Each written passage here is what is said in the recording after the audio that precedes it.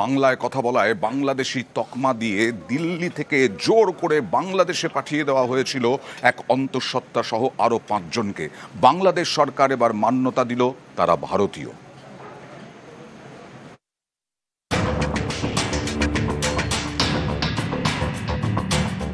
বাংলার বাইরে বারবার হেনস্থার শিকার হতে হয়েছে রাজ্যের পরিযায়ী শ্রমিকদের। বাংলা বলায় বাংলাদেশি বলে দাগিয়ে দেওয়ার চেষ্টা হয়েছে, কাউকে আটকে রাখা হয়েছে ক্যাম্পে, কাউকে পাঠিয়ে দেওয়া হয়েছে বাংলাদেশে। যেমনটা হয়েছে বীরভূমের পরিযায়ী শ্রমিক সোনালী খাতুনের সঙ্গে। এ নিয়ে জল গড়ায় কলকাতা হাইকোর্টে।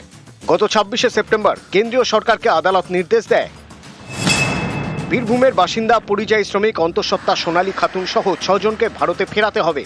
4 সপ্তাহের মধ্যে তাদের বাংলাদেশ থেকে ভারতে ফেরাতে হবে। এবার বাংলাদেশের আদালতও জানিয়ে দিল বাংলাদেশি তকমা দিয়ে যাদের পাঠানো হয়েছিল সেই 6 জনই ভারতীয়।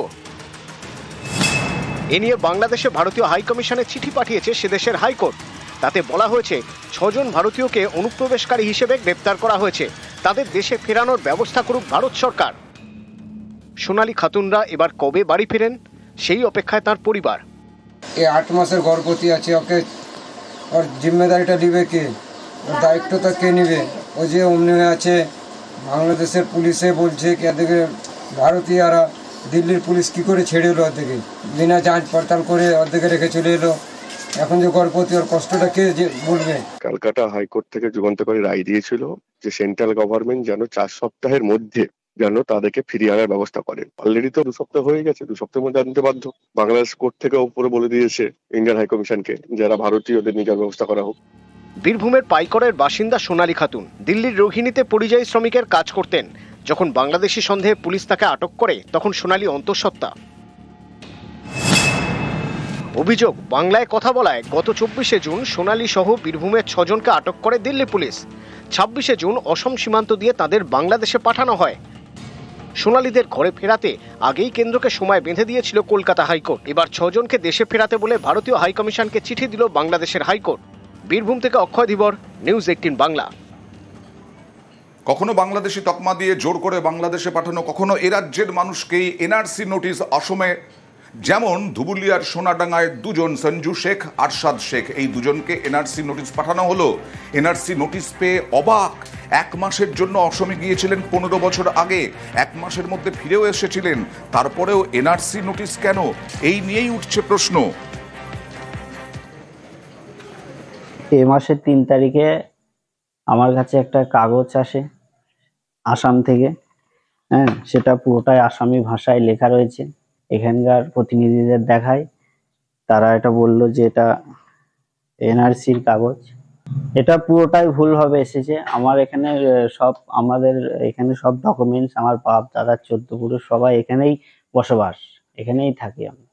আমি গিয়েছিলাম 14 বছর আগে গিয়েছিলাম পরিযায়ী শ্রমিকের কাজের জন্য গিয়েছিলাম। সেখানে আমি 1 মাস কাজ করি, তারপরে আমি চলে আসি।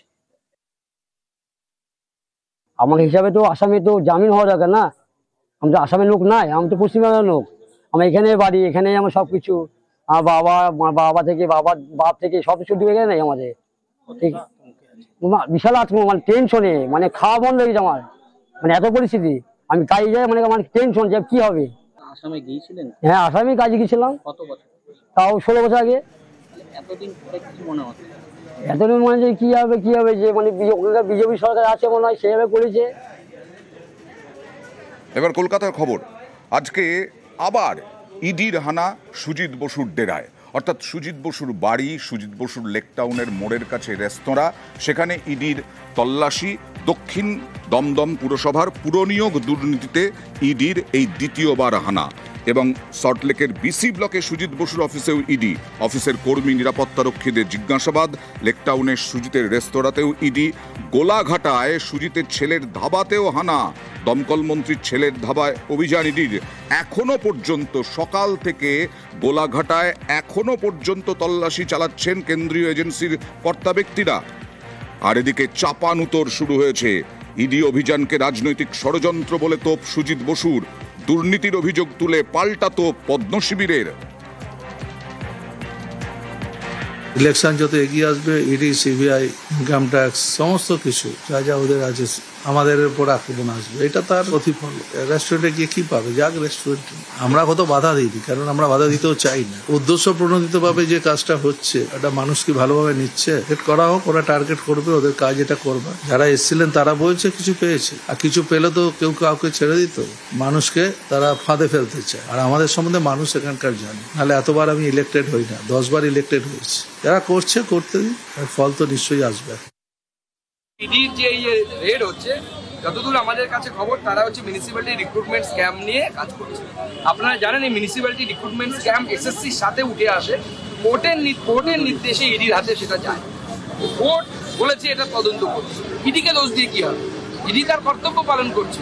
চুরি করবে, ধরবো না, তা তো হতে পারে না। মোদিজির নীতি না খাউঙ্গা না খানে দুঙ্গা। পুরনিয়োগ দুর্নীতি তদন্তে অভিযানে ইডি। দক্ষিণ দমদম পুরসভার ভাইস চেয়ারম্যানের বাড়িতেও তল্লাশি চলে। নিতাই দত্তর বাড়ি থেকে উদ্ধার কয়েকটি নথি। 2016 থেকে 2020 পুরসভায় নিয়োগের দুর্নীতির অভিযোগ। পুরসভা ও অয়নশীলের মধ্যস্থতাকারী নিতাই, এরকমটাই ইডির কাছে অভিযোগ। মধ্যস্থতাকারী হিসেবে কাজের অভিযোগ নিতাই দত্তর বিরুদ্ধে।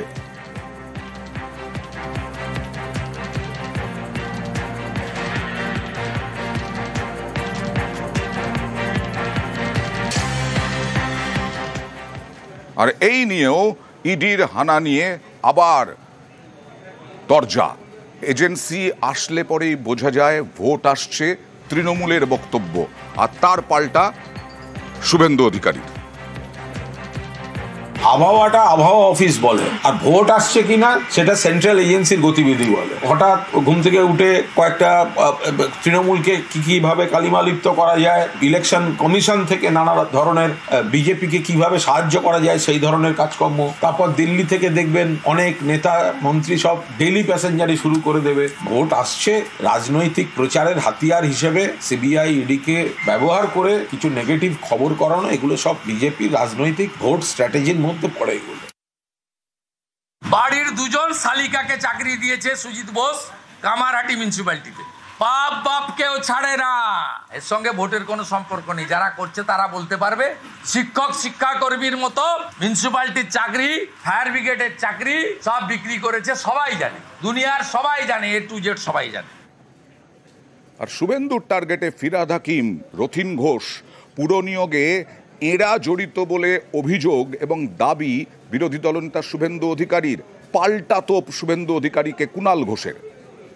17টা মিউনিসিপ্যালিটির chairman, vice chairman, chairman in council, executive officer, finance officer আর ফিরহাদ হাকিমের নেতৃত্বে এন্টার র্যাকেট এর সঙ্গে যুক্ত। রথিন ঘোষ মন্ত্রী হিসেবে নয়, মধ্যমগ্রামের চেয়ারম্যান হিসেবে। সুজিত বোস সাউথ দমদমের চেয়ারম্যান হিসেবে। বিজেপিতে যারা গিয়েছেন তাদের অনেকের বিরুদ্ধেই তো সিবিআই সংক্রান্ত অভিযোগ আছে। সিবিআই তাদের বাড়িতে যায় না, তাদের এগেনস্টে তদন্ত হয় না। চাপের কাছে নথি স্বীকার না করে তৃণমূলের থেকে মাথা উঁচু করে লড়াই করলে তাদের কাছে সিবিআই আর ইডি যায়। এই কথাগুলো শুভেন্দু অধিকারীরা বলার আগে আয়নায় একবার নিজেদের মুখটা দেখে নেবেন। সিবিআই আর ইডি তো বিজেপিরই। শুভেন্দু বাবু তো বিজেপিতে গেছেন বলেই ওনাকে আর এগুলো ফেস করতে হচ্ছে না। যার যার বিরুদ্ধে অভিযোগ, যা তথ্য প্রমাণ আছে, সেগুলো উনি একটা অ্যাপয়েন্টমেন্ট নিয়ে সিবিআই অফিসে গিয়ে দিয়ে আসুন, ইডি অফিসে গিয়ে দিয়ে আসুন।